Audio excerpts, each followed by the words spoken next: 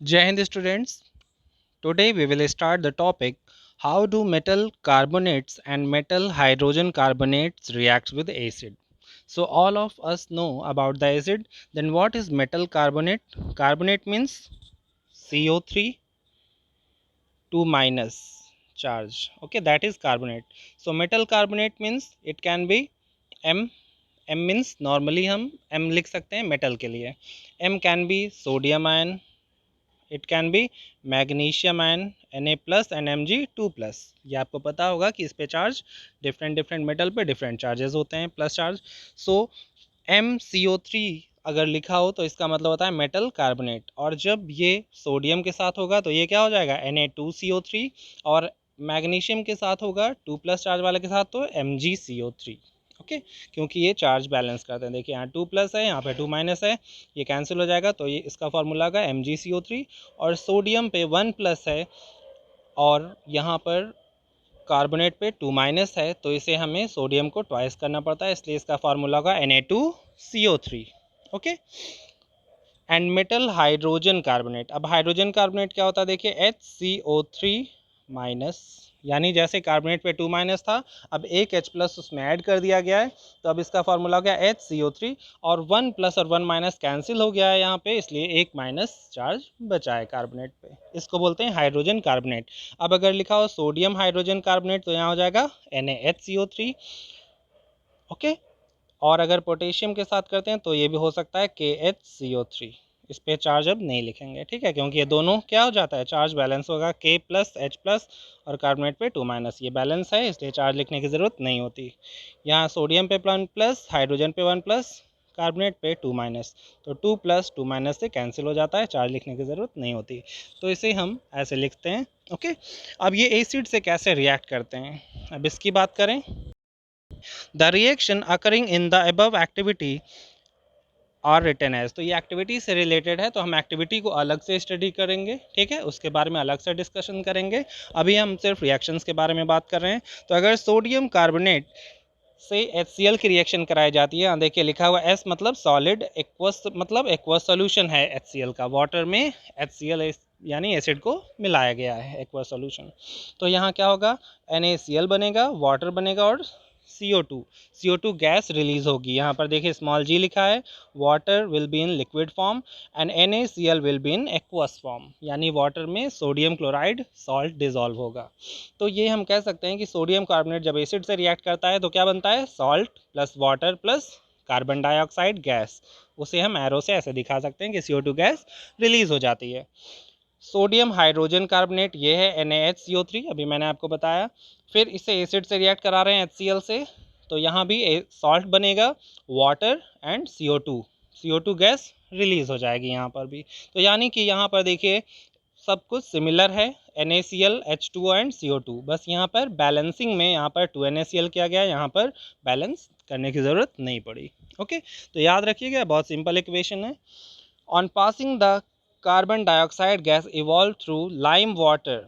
ठीक है. अब अगर ये कह रहे हैं कि ये रिएक्शन कराते वक्त जो CO2 गैस रिलीज हो रही है, ये CO2 गैस रिलीज होने पर हम अगर उस CO2 गैस को डिलीवरी ट्यूब के थ्रू, यानी किसी पाइप के थ्रू, वो गैस को हम किसी सोल्यूशन में, ऐसे सोल्यूशन में जिसमें वो क्या प्रेजेंट हो, लाइम वाटर, ठीक है, वो ऐसे सोल्यूशन जो लाइम वाटर हो, यानी उसमें कैल्शियम हाइड्रोक्साइड प्रेजेंट हो, स्लेग लाइम भी बोलते हैं कैल्शियम हाइड्रोक्साइड को, CaOH का ट्वाइस. ये है CaOH का ट्वाइस, उसमें CO2 गैस पास करा दे लाइम वाटर में, तो क्या बनता है, CaCO3 प्लस H2O, और इस CaCO3 का वाइट प्रेसिपिटेट बनता है. प्रेसिपिटेट आप पढ़ चुके हैं कि ये क्या होता है, सॉलिड डिपोजिशन होता है, ठीक है, यानी सॉल्यूशन जो होता है उसमें सॉलिड डिपॉजिट हो जाता है, और सॉलिड के होने की वजह से, इनसॉल्युबल सॉलिड होने की वजह से वो कलर शो करता है, ठीक है, प्रेसिपिटेट. तो यहाँ पर क्या होगा, इसको हम बोलते हैं लाइम वाटर में CO2 गैस पास कराने पे वो क्या हो जाता है, इट टर्न्स मिल्की सोल्यूशन हो जाता है. मिल्की का मतलब वो ट्रांसपेरेंट सोल्यूशन था, अब वो वाइट कलर का सोल्यूशन हो जाएगा, जैसे मिल्क होता है, ठीक है, थोड़ा मिल्की मतलब दूधिया जैसा कलर आ जाता है, वाइटिश, ठीक है. और वो इनसॉल्युबल सॉल्यूट होने की वजह से उसमें वो कलर शो करता है. Okay.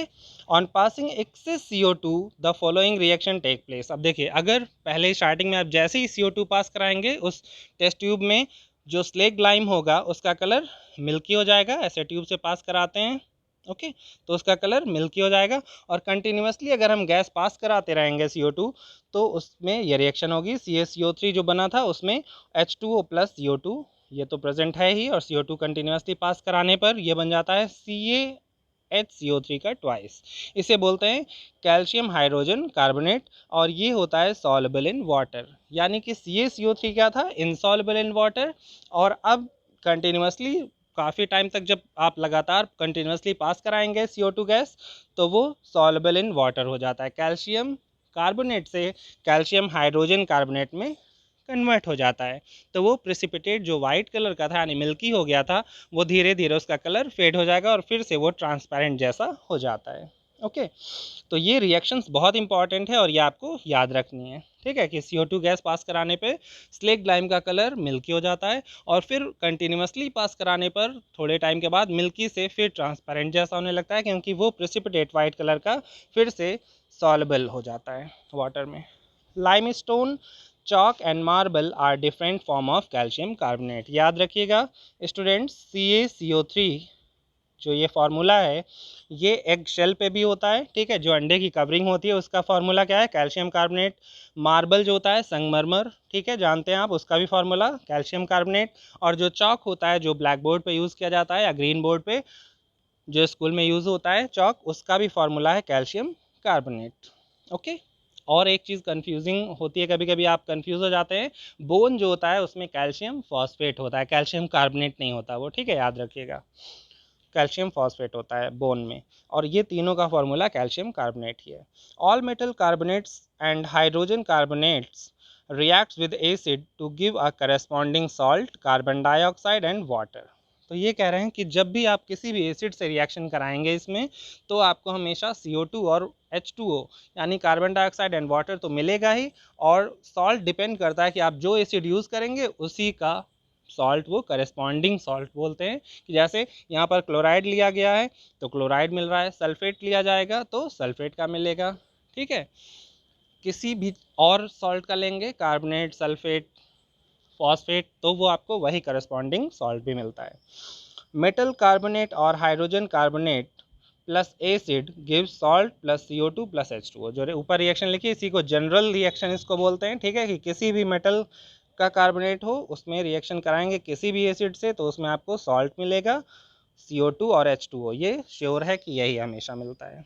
Okay okay, next is how do acid and base react with each other. यानी एसिड और बेस की रिएक्शन कराएं तो उनके रिएक्शन आपस में रिएक्ट करके वो क्या बनाते हैं।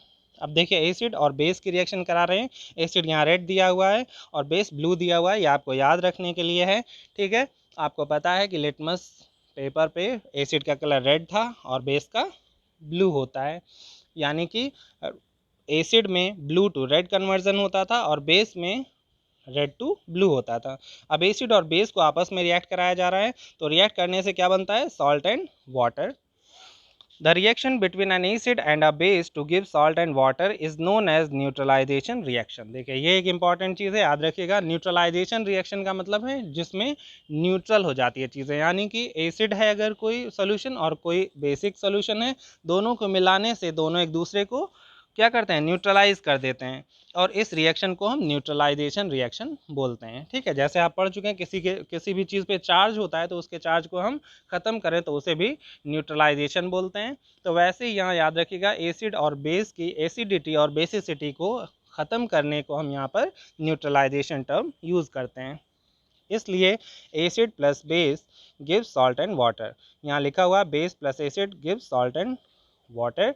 एग्जाम्पल देखिए, बेस का NaOH सोडियम हाइड्रोक्साइड, एसिड का एग्जाम्पल HCl, तो यहाँ से क्या होगा, NaOH ब्रेक होगा, HCl ब्रेक होगा, OH H के साथ मिलके क्या बन गया, H2O, और NaCl के साथ अटैच होकर क्या बन गया, sodium chloride. Okay, sodium chloride is salt and H2O is water.